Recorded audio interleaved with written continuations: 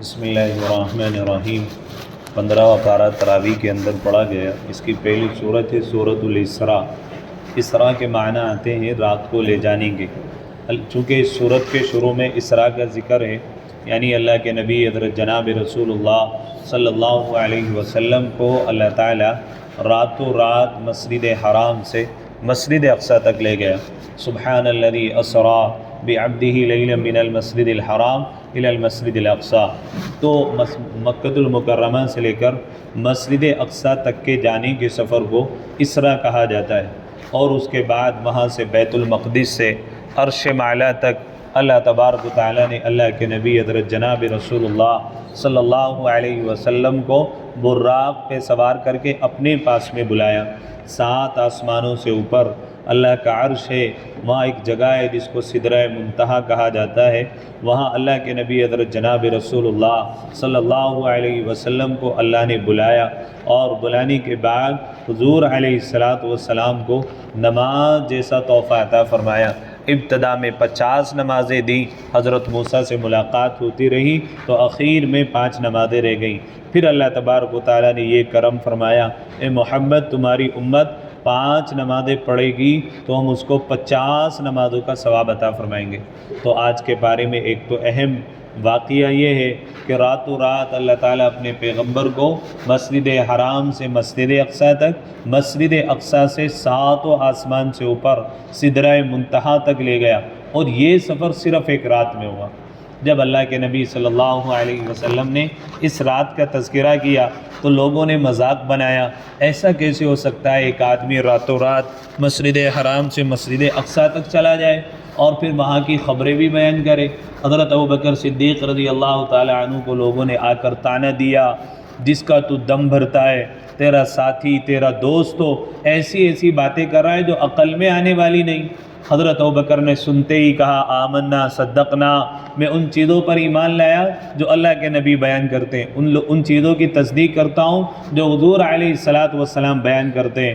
پھر لوگوں نے حضور علیہ السلام کا امتحان لیا کہ چلو راتوں رات آپ مسجد حرام سے مسجد اقصیٰ تک گئے، مسجد اقصیٰ کے دروازے بتاؤ کتنے ہیں، مسجد اقصیٰ میں طاق کتنے ہیں، مسجد اقصیٰ میں فلاں جگہ پر کون سی چیز رکھی ہوئی ہے۔ اللہ کے نبی حضرت جناب رسول اللہ صلی اللہ علیہ وسلم نے ان تمام کی تمام باتوں کا جواب دیا، اور اللہ نے پوری دنیا کے پردے ہٹا کر حضور علیہ السلام کے سامنے مسجد اقصیٰ کو ایسا کر دیا، اور حضور علیہ السلام ساری چیزیں ان کو بتا رہے تھے۔ وہی مسجد اقصیٰ ہے جس میں اللہ کے نبی علیہ السلام جب اس رات پہنچے، تمام کے تمام انبیاء علیہ السلام مسجد اقصیٰ میں پہلے سے موجود تھے۔ حضور علیہ السلام نے ایک جگہ براق کو باندھا، اس باندھنے کا وہ سوراخ بھی آج تک وہاں پر موجود ہے جہاں حضور نے اپنے براق کو باندھا تھا۔ اس کے بعد حضور نے وضو بنایا اور آپ جو ہے مسجد میں داخل ہوئے، تمام کے تمام انبیاء علیہ السلام نے اللہ کے نبی حضرت جناب رسول اللہ صلی اللہ علیہ وسلم کو امام بنایا۔ حضور امام تھے اور تمام کے تمام انبیاء حضور علیہ السلام کے مقتدی تھے، اسی لیے اللہ کے نبی حضرت جناب رسول اللہ صلی اللہ علیہ وسلم کا لقب امام الانبیاء پڑا، کہ انبیاء کا امام۔ وہ ہے مسجد اقصیٰ جس سے ہر مسلمانوں کی نسبت جڑی ہوئی ہے، ہر مسلمان کے ایمان کا مسئلہ ہے۔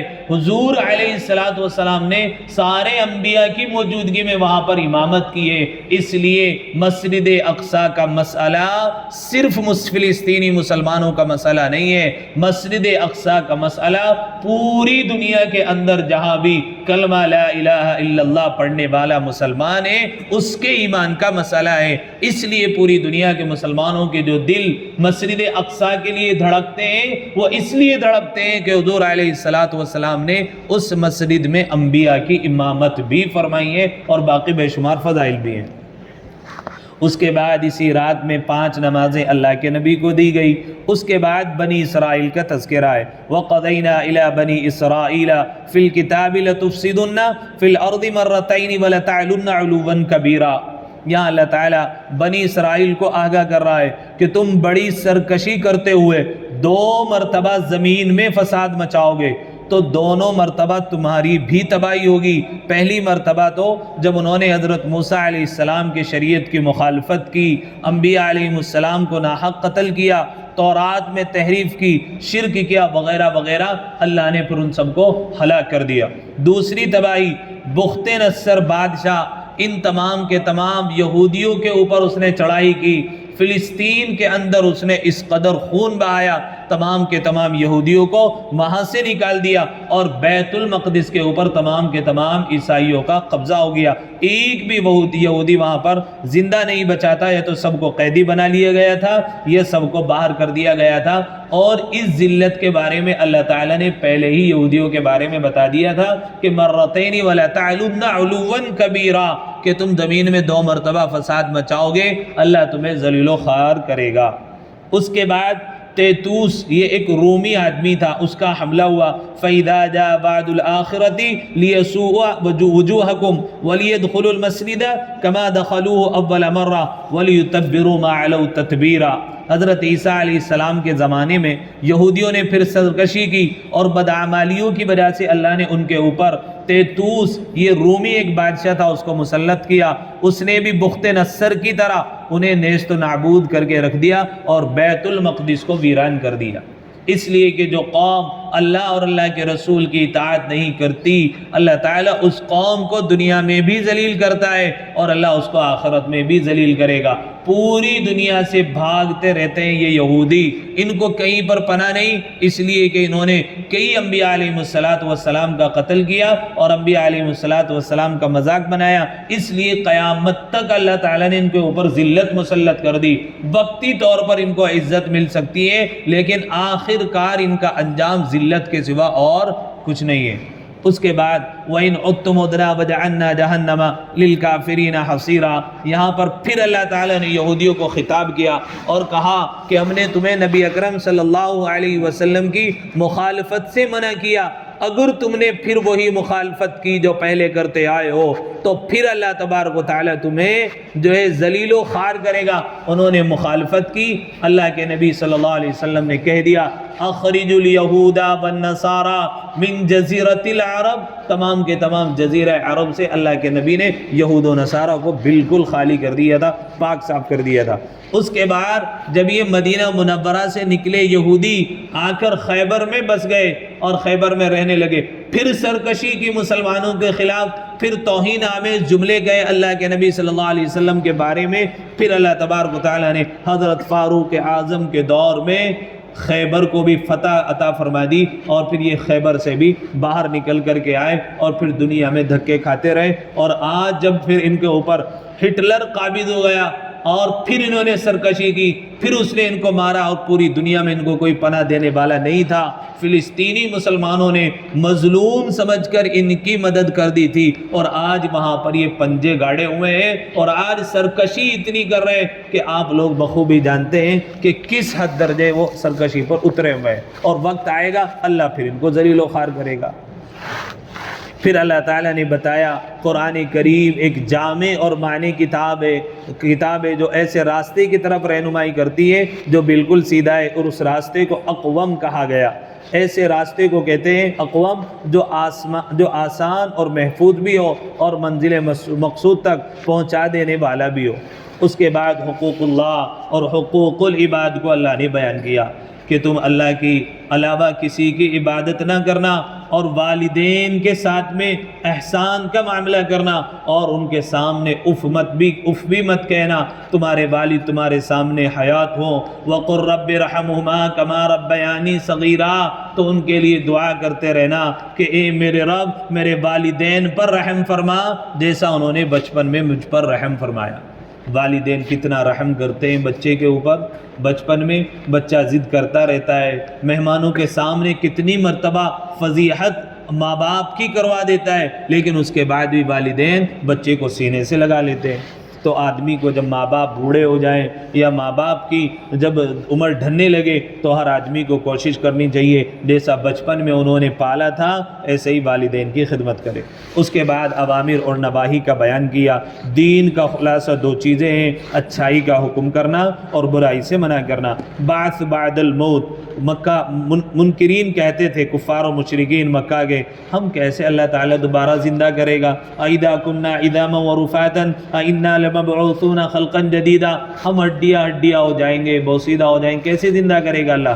اللہ نے کہا تم ہڈیاں نہیں، بوسیدہ نہیں، بڑے بڑے پہاڑ بھی بن جاؤ یا بڑے بڑے تم لوہا بھی بن جاؤ، تم کچھ بھی بن جاؤ، اللہ پھر بھی تمہیں دوبارہ زندہ کرنے پر قادر ہے۔ اللہ کی ذات بڑی ہے۔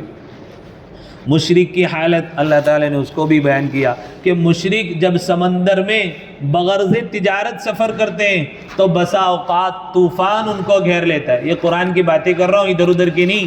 وَإِذَا مَسَّكُمُ الضُّرُّ فِي الْبَحْرِ ضَلَّ مَن تَدْعُونَ إِلَّا إِيَّاهُ فَلَمَّا نَجَّاكُمْ إِلَى الْبَرِّ أَعْرَضْتُمْ وَكَانَ الْإِنسَانُ كَفُورًا۔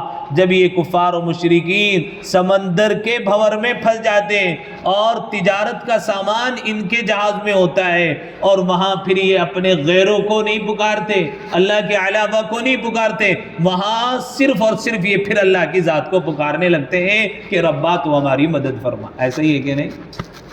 آپ نے دیکھا ہوگا بہت ساری جگہ جب آدمی پریشانی مصیبت میں پھنس جاتا ہے اور وہاں سے نکلنے کا کوئی راستہ نہیں ہوتا تو سارے آدمیوں کی زبان پر، مسلمان ہو یا غیر مسلم، یہی آتا ہے بس اب تو بھائی اوپر والے سے دعا کرو وہی نکال سکے۔ کوئی کہ فلاں سے کرو، فلاں سے کرو، فلاں سے کرو، یا کوئی فلاں بابا فلاں دیوی دیوتا کو پکارے، پھر کس کو پکاریں؟ بولو بھائی، اللہ کو پکارتے ہیں کہ نہیں؟ تو معلوم سب کو ہے کہ ہاں ہے کوئی ذات، ماننے والے بہت تھوڑے ہیں، جو مانتا ہے اسی کا نام مسلمان ہے۔ اللہ تعالیٰ نے پھر نماز پنجگانہ کا تذکرہ کیا۔ نماز پنجگانہ کس وقت پڑھنی ہے؟ اقیم الصلاۃ لدلوک الشمس الی غسق اللیل، کہ کب سے کب تک پڑھنی ہے۔ پانچوں نمازوں کا اللہ نے تذکرہ کیا اور فجر کی نماز کا الگ سے تذکرہ کیا۔ وقرآن الفجر، یہاں پر اللہ تعالیٰ نے فجر کی نماز کا اوقات نہیں بتائے بلکہ وقرآن الفجر بتایا کہ قرآن فجر کی نماز میں اس لیے کہ زیادہ پڑھا جاتا ہے، اس لیے فجر کی نماز کو یہاں قرآن سے اللہ نے تعبیر کیا۔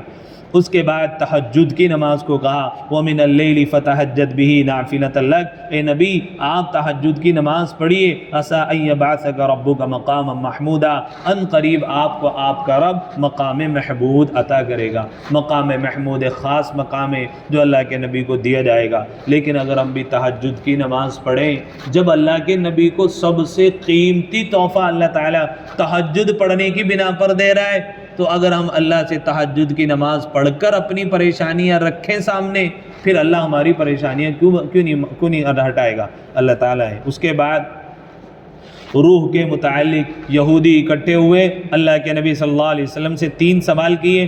ان 3 سوال میں سے ایک روح کے بارے میں بھی تھا۔ اللہ تعالیٰ نے کہا بس اتنا بتا دیجئے کہ روح بس اللہ کا حکم ہے، یعنی بہت مختصر سا جواب دیا کہ یہ عقل کے اندھے ہیں، ان کی سمجھ میں روح کا معاملہ نہیں آئے گا۔ اس لیے بعض مرتبہ آدمی کے علمی بساط کے مطابق ہی بس اس کو جواب دے دینا چاہیے کہ بھائی ہاں یہ مسئلہ یوں نہیں بس یوں ہے، اتنا کافی ہے۔ اب اس کو ڈیٹیل میں بتائیں گے تو اس کی سمجھ میں آنے والا نہیں، اس لیے اللہ نے بھی کہا کہ بس کہہ دو کہ اللہ کا حکم ہے۔ اس کے بعد خاتم الانبیاء سے مختار کل ہونے کی نفی، وقالوا لن نؤمن لك حتى تفجر لنا من الارض ينبوعا۔ مشرکین مکہ اللہ کے نبی سے بے جا مطالبات کرتے تھے، آپ ہمارے لیے چشمے نکال دیں، کھجوریں نکال دیں، انگوروں کے باغات لے آئیں۔ اللہ تبارک و تعالیٰ نے کہا یہ کام پیغمبر کا نہیں ہے، یہ کام تو اللہ کا ہے۔ اس کے بعد حضرت موسیٰ علیہ السلام کے 9 معجزات کا اللہ تعالیٰ نے تذکرہ کیا۔ عصا ایک ڈنڈا تھا، ید بیضا ایسے ہاتھ سے نکالتے تھے روشنی نکلتی تھی، زبان میں لکنت تھی اللہ نے دور کر دی، سمندر کے 2 حصے کر دیے، فرعون کو تو غرق کیا، حضرت موسیٰ کو پار لگا دیا، ٹڈی دل کا عذاب ان کے اوپر بھیجا، طوفان کا عذاب ان کے اوپر آیا، ان کے کپڑوں میں جوئیں پڑ گئیں، مینڈکوں کا عذاب بنی اسرائیل پر آیا، اور ایسے ہی خون کا عذاب، ہر معاملے میں ہر جگہ ان کے خون نظر آتا تھا۔ اور بعض نے کہا کہ اس سے مراد احکام خدا بندی تھے جو بنی اسرائیل کو اللہ نے دیے تھے۔ نمبر 1، شرک نہ کریں، چوری نہ کریں، زنا نہ کریں، ناحق قتل نہ کریں، کسی بے گناہ پر الزام نہ لگائیں اور کسی کو ناحق قتل نہ کریں، جادو نہ کریں، سود نہ کھائیں، پاک دامن عورت پر بدکاری کا بہتان نہ لگائیں، اور میدان جہاد سے پیٹھ پھیر کر نہ بھاگیں۔ اس کے بعد اللہ نے کہا اللہ کے اچھے اچھے نام ہیں۔ ایک دن اللہ کے نبی نے اللہ کو یوں کہہ کر پکارا خانہ کعبہ میں، یا رحمان یا رحیم، تو وہ کفار مکہ عقل کے اندھے تو تھے ہی، کہنے لگے ہمیں تو منع کرتا ہے کہ اللہ کے علاوہ کسی کو نہ پکارو، لیکن خود پکار رہا ہے یا رحمان اور یا رحیم۔ تو پھر اللہ نے ان کا جواب دیا کہ اللہ تعالیٰ کے بہت سے اچھے اچھے نام ہیں اور اللہ کو ان اچھے اچھے ناموں کے ذریعے سے تم پکارا کرو۔ پھر اللہ تعالیٰ نے قراءت میں اعتدال کرنے کو بیان کیا کہ قرآن کریم جب پڑھا جائے نہ اتنی بلند آواز میں اور نہ اتنا ہلکا کہ پیچھے والوں کو سنائی نہ دے، نہ اتنا تیز کہ سننے میں تکلیف محسوس ہونے لگے۔ اعتدال، اسلام میں چونکہ اعتدال ہے۔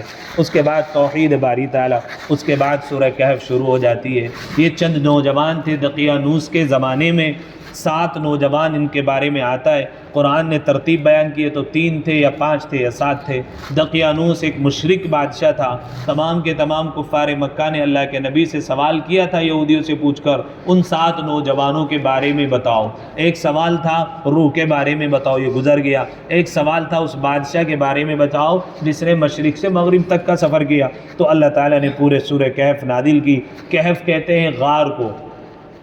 یہ 7 نوجوان اللہ کی تلاش میں، اللہ کو ایک مان کر، تمام کی تمام قوم جو ہے شرک اور کفر میں مبتلا تھی، ایک غار میں جا کر کے چھپ گئے۔ اللہ نے 350 سال تک ان کو سلایا۔ بعض قول کے مطابق 300، بعض میں 309 ہیں۔ اتنے سال تک سوتے رہے۔ سونے کے بعد جب باہر نکلے تو ایک مارکیٹ میں کھانا لینے کے لیے گیا۔ جب پہنچا تو اپنے زمانے کا سکہ نکال کر کے دیا تو مارکیٹ والوں میں شور ہو گیا، یہ سکہ تمہارے پاس کہاں سے آیا؟ کہ کوئی خزانہ تو تمہارے ہاتھ نہیں لگ گیا؟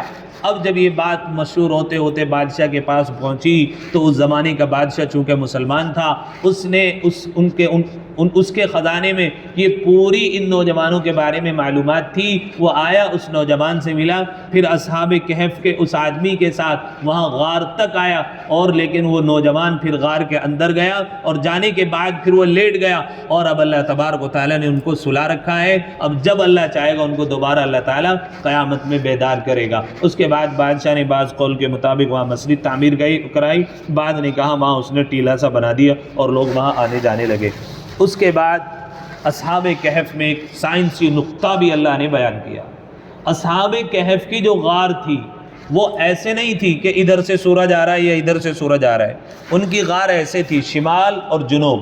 جب ان کے اوپر سورج کی روشنی دوپہر میں ایسے چلتی تھی، بھینی بھینی سی روشنی ان کے اندر جاتی تھی غار کے اندر، اور اس سے ہوا بھی جاتی تھی، جس سے ان کے بدن کے اندر کیڑا نہیں پڑا، اور ہوا بھی وہاں پر جاتی تھی، جس کی وجہ سے ان کے بدن جو ہے گلے سڑے نہیں، اس لیے کہ دھوپ کی تپش کی وجہ سے ہی پھلوں کے اندر بھی یہ تو ترشراہٹ پیدا ہو جاتی ہے، یا اور چاند کی روشنی کے ذریعے اللہ میوے کے اندر جو ہے ذائقہ پیدا کرتا ہے، لیکن سورج کی گرمی سے پکنے والا پھل بھی آپ نے دیکھا ہوگا اس کا ذائقہ اچھا نہیں ہوتا ہے، اس لیے اللہ نے ان کے بدن کو سورج کی روشنی پڑنے سے بھی محفوظ کیا۔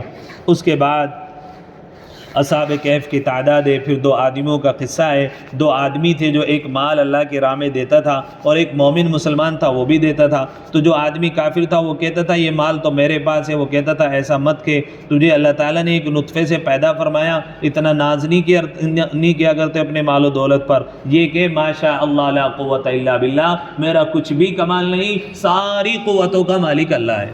اس نے کہا ایسے کچھ نہیں ہے۔ اللہ نے پھر اس کا سارا مال ضائع کر دیا اور وہ خالی ہاتھ رہ گیا۔ اس کے بعد اللہ نے کہا تمہارے مال اور تمہاری اولاد دنیاوی زندگی کے لیے زینت ہے، لیکن باقی رہنے والی چیز وہ نیک اعمال ہیں۔ اور اس کے بعد حضرت موسیٰ اور حضرت خضر کا واقعہ پیش آیا۔ حضرت موسیٰ ایک دن تقریر کر رہے تھے، لوگوں نے پوچھا سب سے بڑا عالم کون؟ کہا کہ میں۔ اللہ نے کہا کہ نہیں موسیٰ، تم سے زیادہ جاننے والا بھی دنیا میں موجود ہے۔ کہا کہ کون؟ کہ اللہ میں جاننا چاہتا ہوں آدمی کون ہے۔ اللہ تعالیٰ نے کہا فلاں دریا کے کنارے تمہیں ایک آدمی ملے گا، جاؤ اس سے ملاقات کر کے آؤ، وہ تم سے زیادہ علم جانتا ہے۔ حضرت موسیٰ گئے، جانے کے بعد جب دیکھا کہ ایک دریا کے پاس ایک آدمی لیٹا ہوا ہے، چادر لیٹ کر اوڑھے ہوئے۔ حضرت موسیٰ نے کہا السلام علیکم، جواب آیا وعلیکم السلام یا موسیٰ بنی اسرائیل۔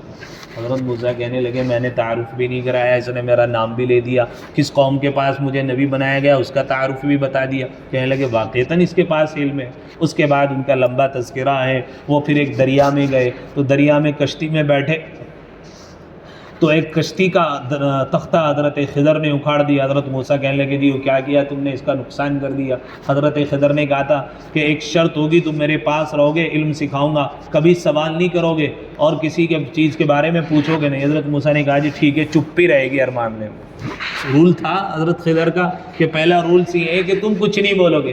ہم بھی کہتے رہتے ہیں, ہم نے ایک گروپ بنایا ہوا ہے مسئلے مسائل, ہم کہتے رہتے ہیں بھائی تم ذرا چپی سادے رکھا کرو, مسئلہ پوچھ لیا کرو.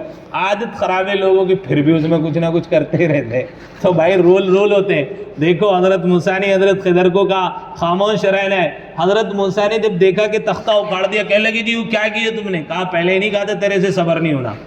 کہنے لگے اچھا جی معاف کرو, شیطان نے بلا دیا تھا, آئندہ کچھ نہیں پوچھنا. پھر ایک جگہ گئے تو ایک بچہ کھیل رہا تھا, حضرت خضر نے اس کی گردن مروڑ کے اس کو مار دیا. کہنے لگے جی وہ کیا کرا تم نے, اتنا بڑا ظلم, بچے کو مار دیا. کہنے لگے پہلے ہی نہیں کہا تھا, تیرے پر رہا نہیں جانا ہے. چپ. کہنے لگے عجیب سبب کے معاف کرو, آئندہ نہیں کرنا.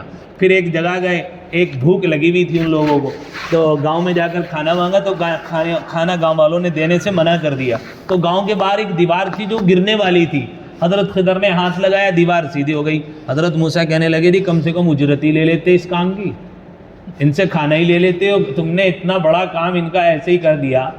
وہ معجزہ تھا ان کا, اتنا بڑا کام ویسے ہی کر دیا, کم سے کم روٹی تو لے لیتے. انہوں نے ہمارے ساتھ میں کیا معاملہ کیا اور تم نے ان کے ساتھ میں کیا معاملہ کیا. پھر کیا کہنے لگے خود ہی, ھذا فراق بینی و بینک, اب شرمندہ خود ہو گئے. تیسری بار کہنے لگے جی حضرت میں نہیں رہ سکتا تمہارے ساتھ, ٹھیک ہے میں تو بس جا رہا ہوں, لیکن یہ معاملے بتاؤ کیا تھے. اب حضرت خضر علیہ السلام نے کہا جس کشتی میں ہم سوار تھے, اما السفینہ, آپ نے سنی نا آیت کہ جس کشتی میں ہم سوار تھے, پیچھے ایک قافلہ آ رہا تھا ڈاکوؤں کا, اگر وہ کسی کشتی کے اندر عیب نہ ہو تو اس کو چھین لیتے ہیں. اس لیے میں نے اس میں عیب پیدا کر دیا تھا تاکہ ڈاکو اس کو عیب کی وجہ سے چھوڑ دے کہ اس کے اندر تو پانی آ جائے گا, کیا کریں گے ایسی کشتی کا لے کے. لیکن وہ کشتی ڈوبے گی نہیں, میں نے وہاں پر پارا لگا دیا تھا. پارا ہوتا ہے پانی جیسا, تو پانی اندر نہیں آئے گا, محسوس ہی ہوگا کہ پانی اندر آ رہا ہے, تو وہ ڈوبی نہیں. کہا کہ وہ جو بچہ تھا وہ اس کے والدین دونوں بہت بڑے موحد تھے, اللہ کے اطاعت گزار تھے, یہ بڑا ہو کر ان دونوں کو مشرک بنا دیتا, اس لیے میں نے اس کو قتل کر دیا تاکہ اپنے والدین کی ساری زندگی کی عبادت کو خراب نہ کرے. کہنے لگے جی ٹھیک ہے. کہا کہ تیسرا جو معاملہ تھا, کیا تھا تیسرا؟ یاد ہے ماشاءاللہ, دیوار میں سوچا شاید سو گئے کہ دیوار جو ہے وہ سیدھی کیوں گئی. کہنے لگے وہ ایک یتیم بچہ تھا, اس دیوار کے نیچے اس یتیم کے میراث کا مال دفن تھا. اگر وہ دیوار گر جاتی پورا کا پورا گاؤں جو ہے اس مال پر قبضہ کر لیتا اور اس یتیم کو کچھ بھی نہ ملتا. اس لیے وقت آئے گا اس یتیم کو مال مل جائے گا, اس لیے میں نے یہ دیوار سیدھی کر دی تھی. اب حضرت موسیٰ علیہ السلام کو حضرت خضر نے کہا, ایک چڑیا بیٹھی ہوئی تھی سمندر میں اور وہ پانی یوں نکال رہی تھی. کہا حضرت خضر نے حضرت موسیٰ کو, اے موسیٰ میرا اور تیرا علم اس چڑیا کی چونچ کے اندر جتنا پانی ہے اتنا ہے, اور اللہ کا علم یہ پورا کا پورا سمندر ہے. تو اللہ ہے بھائی. تو آج کا یہ واقعہ بھی اس میں تھا. اللہ رب العزت مجھے آپ کو عمل کی توفیق نصیب فرمائے. سبحان اللہ سبحان اللہ.